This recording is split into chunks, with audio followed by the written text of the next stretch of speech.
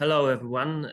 My name is Dziewanowski. I am an archaeologist working in Museum of the Second World War in Gdansk, Poland, and I would like to tell about archaeological research on Westerplatte Peninsula, which we started in 2016. So a little bit of introduction. This is a map showing the borders of Poland, which are today, and also those before the Second World War. Gdańsk is marked in with this red arrow, and this shows us that Gdańsk, between the First and the Second World War, wasn't within the borders of Poland, which is crucial to the history of Gdańsk. And crucial to the history of Westerplatte, which is located also in Gdańsk. Okay, so Gdańsk was between First and Second World War. Gdańsk was called the Free City of Gdańsk or the Freistadt Danzig. So it was an semi-independent state with its own authorities, but in many respects subjected to Poland. It was a place of life, both Germans and Poles, and a place of rivalry between Poland and Germany. And from 1918, for some time, Port of Gdańsk was the only place where the supplies for the Polish army could be transported. So to ensure the safety of those transports, the League of Nations in 1924 decided to grant to Poland a small peninsula in the entrance of the port of Gdańsk, which was called Westerplatte. And it was supposed to be guarded by a small unit of Polish army consisting of 88 men. The first Polish soldiers appeared on Westerplatte in the beginning of 1926. And the facility on Westerplatte was called Military Transit Depot.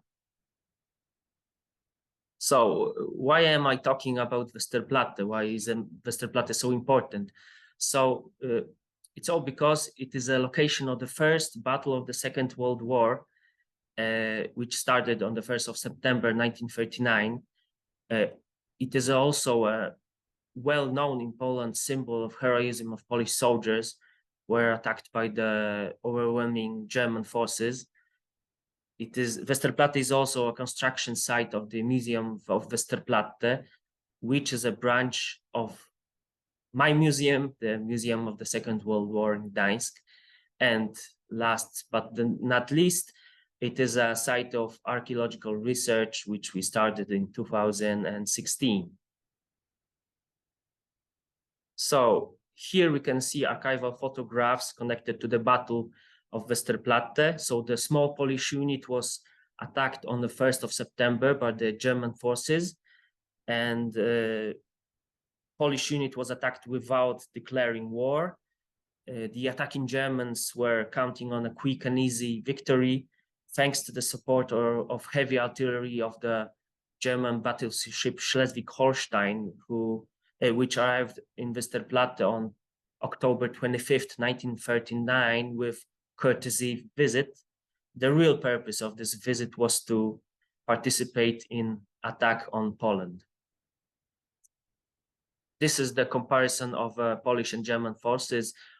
Not getting into much detail, I just want to say that Germans had more than a tenfold advantage in infantry over Polish forces, and of course support of Navy, Luftwaffe, support of heavy artillery from land and sea.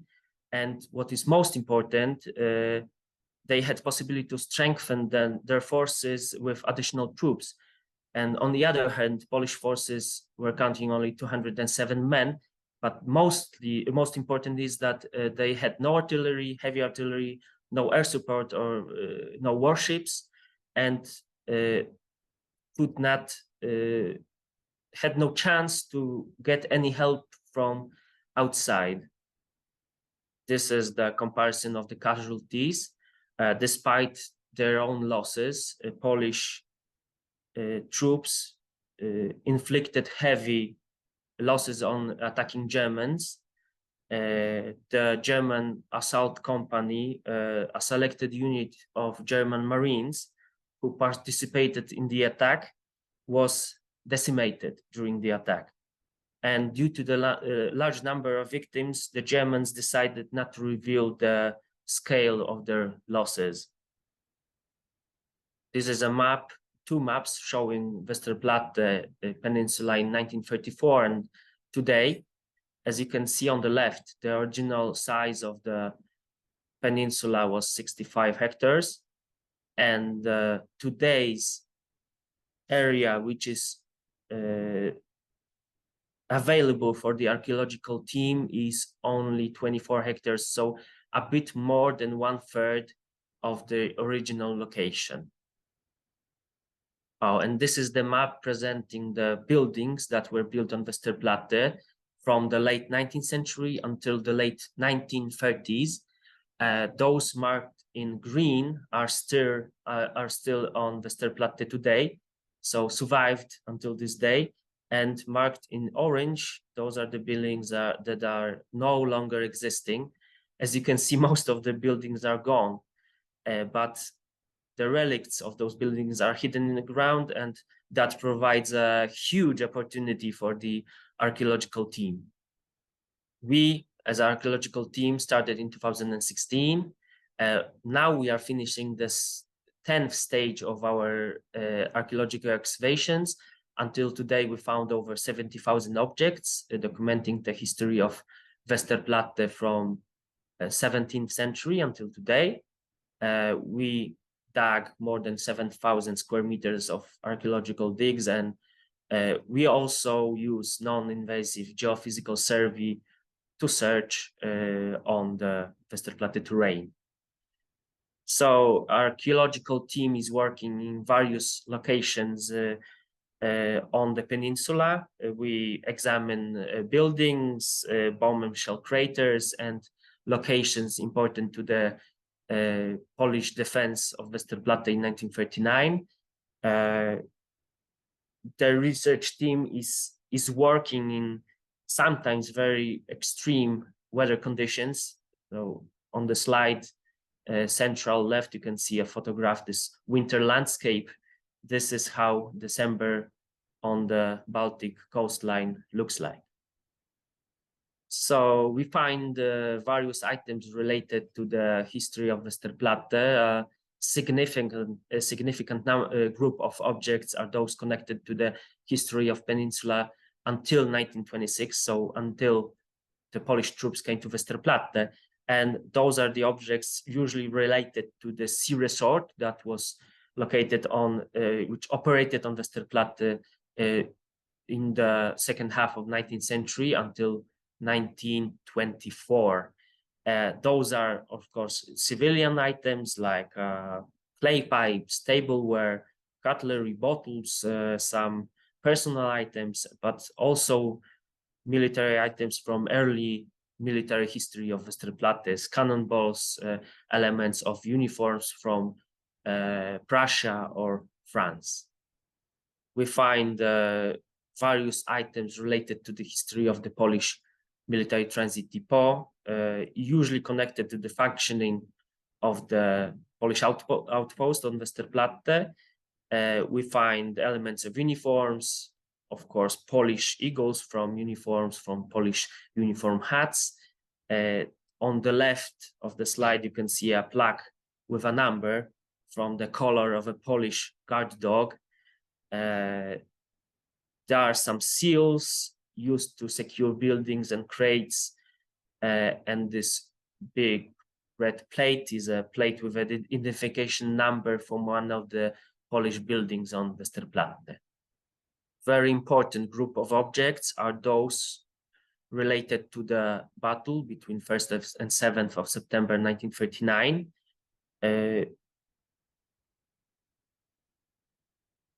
You can see here a defensive grenade, Polish defensive grenade, ammunition box, canteen, one of the bent eagles from the Polish uniform hat.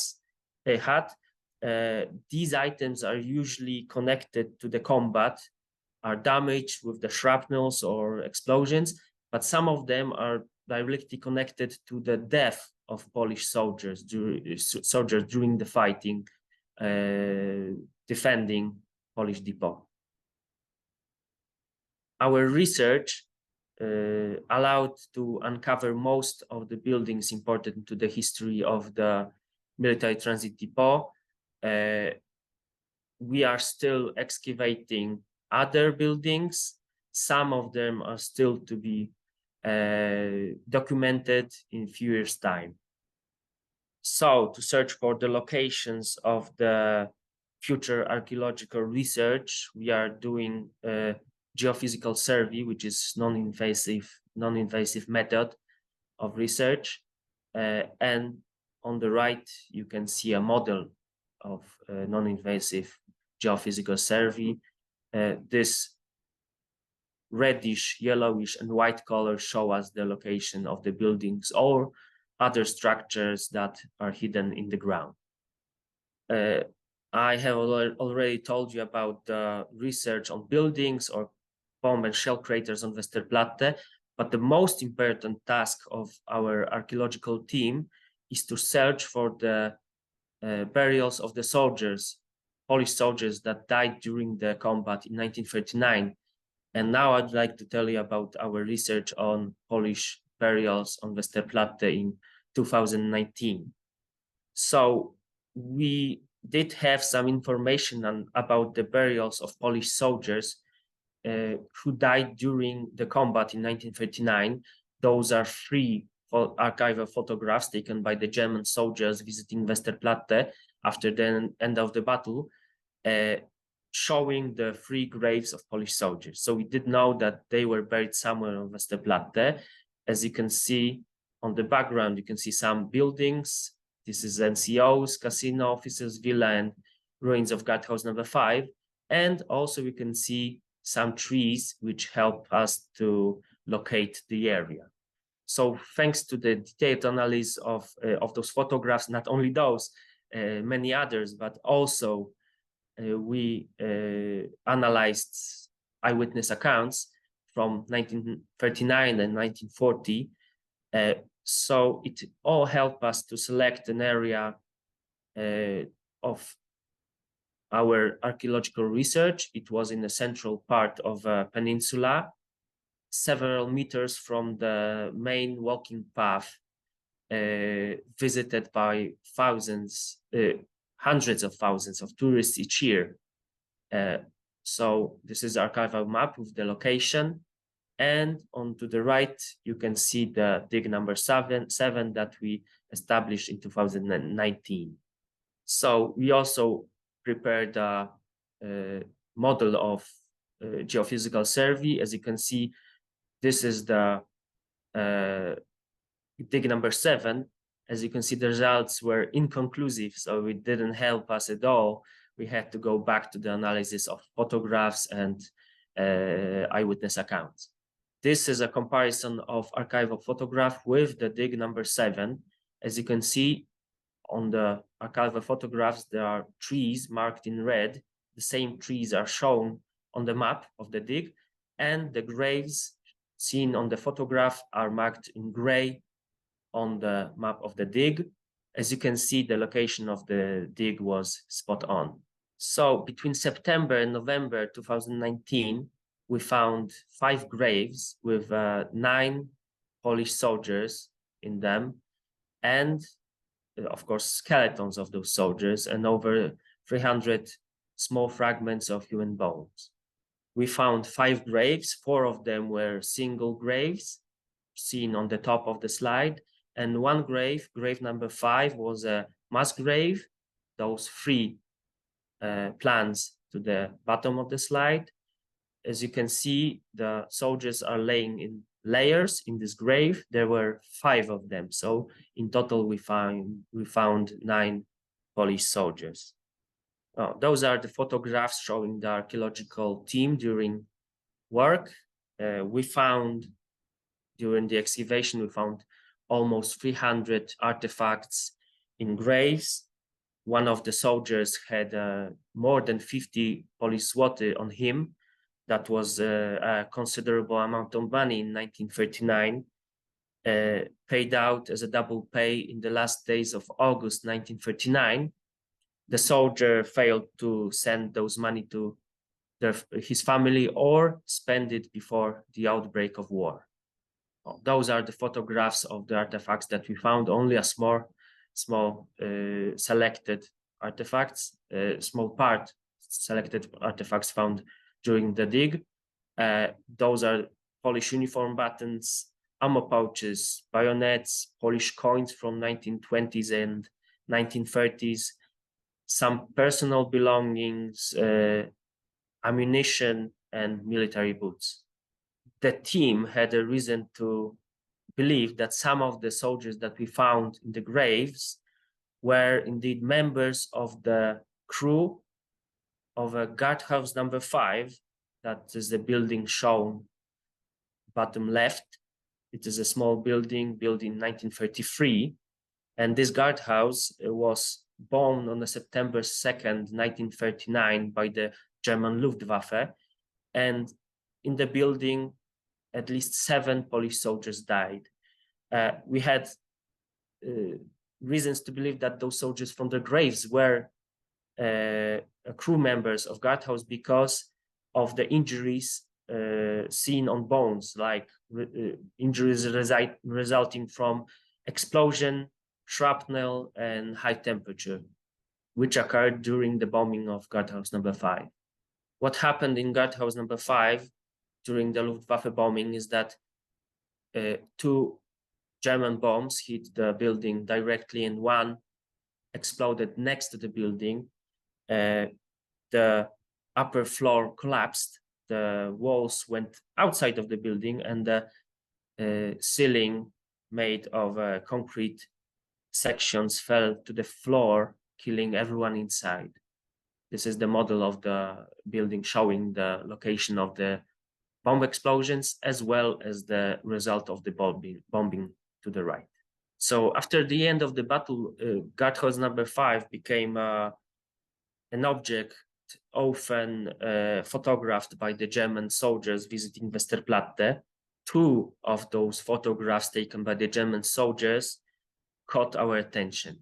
First photograph is showing the concrete rubble and everything that was left of guardhouse number 5.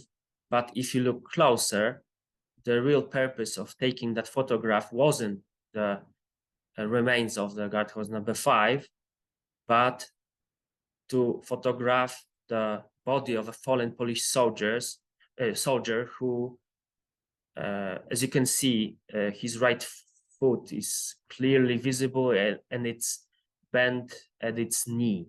The soldier was laying on the western edge of the northern wall of the guardhouse. The next photograph of a rubble, everything what was left of guardhouse number 5. And this photograph is showing the same soldier, but from a bit other angle, more to the right. As you can see, he has no shoe on his right foot. His uniform is torn on his hip and shoulder, which is an indication of injuries, as well as his head is crushed under a large concrete block. Next to his right arm, we can see a cylindrical object, which was identified as a gas mask container. So after the analysis of those photographs, we went back to our archaeological and forensic documentation, and we focused on one of the soldiers found in the grave number 3. So the fallen soldier from the grave number 3 has injuries on his hip and shoulder area, as well as skull injuries. Among other artifacts, ammo pouches, coins, Polish uniform buttons, there was a Polish type gas mask container found only in this grave. The soldier didn't have a shoe on his right foot, and that was a singular case among soldiers found during the excavation in 2019. So all of the evidence led us to conclusion that the fallen soldier from the archival photographs was indeed a soldier from the grave number 3.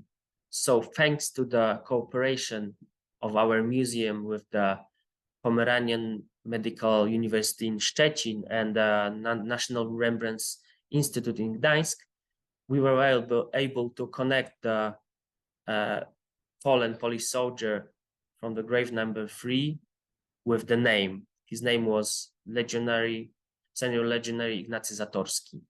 So thanks to the cooperation with those two institutions, Pomeranian University in Szczecin and National Remembrance Institute in Gdańsk, we were able to identify in total 7 out of 9 Polish soldiers. For over 8 years, the fallen defenders of Westerplatte had been waiting for the real burial. So it took place on the 4th of November 2022 at the new Polish Army Cemetery on Westerplatte. 9 Polish soldiers that we found in 2019 were buried with their commander, Major Henryk Sucharski. This is a grave of Senior Legionary Ignacy Zatorski, the fallen soldier from the grave number 3 that was photographed on those 2 photographs that I talked about. One of the elements of the new Polish Army Cemetery in Westerplatte are the relics of the guardhouse number 5, inside of which the most of soldiers buried on the cemetery died. The Museum of the Second World War in Gdańsk cherishes the memory of the Polish soldiers from Westerplatte. We are preparing exhibitions about them. The last one was opened on September 1st this year, and we told story about the guardhouse number 5 and the soldiers serving inside of the building. So, present and future. The place to commemorate Polish heroes of Westerplatte is the Museum of Westerplatte and the War of 1939, which I said before is a branch of the Museum of the Second World War in Gdańsk. It is being built as we speak on Westerplatte. As museum employee, I am involved in creating a new facility, as well as my colleagues from the Museum of the Second World War. And one of the first elements to be opened on Westerplatte will be an archaeological exhibition in the historic power plant building. We will present the most important artifacts found during archaeological research, and we'll talk about discovery of the graves of Polish soldiers. So the 10th stage of archaeological research on Westerplatte is just coming to an end, during which we examined several locations on the peninsula, including the building of non-commissioned officers' villa and the guardhouse number 3, visible on the photographs on the slide. And the guardhouse number 3 is the place where one of the soldiers, defenders of Westerplatte, died. His name was Konstanty Jezierski, but that's another story. So thank you very much. It was a great pleasure. I will be happy to answer any questions.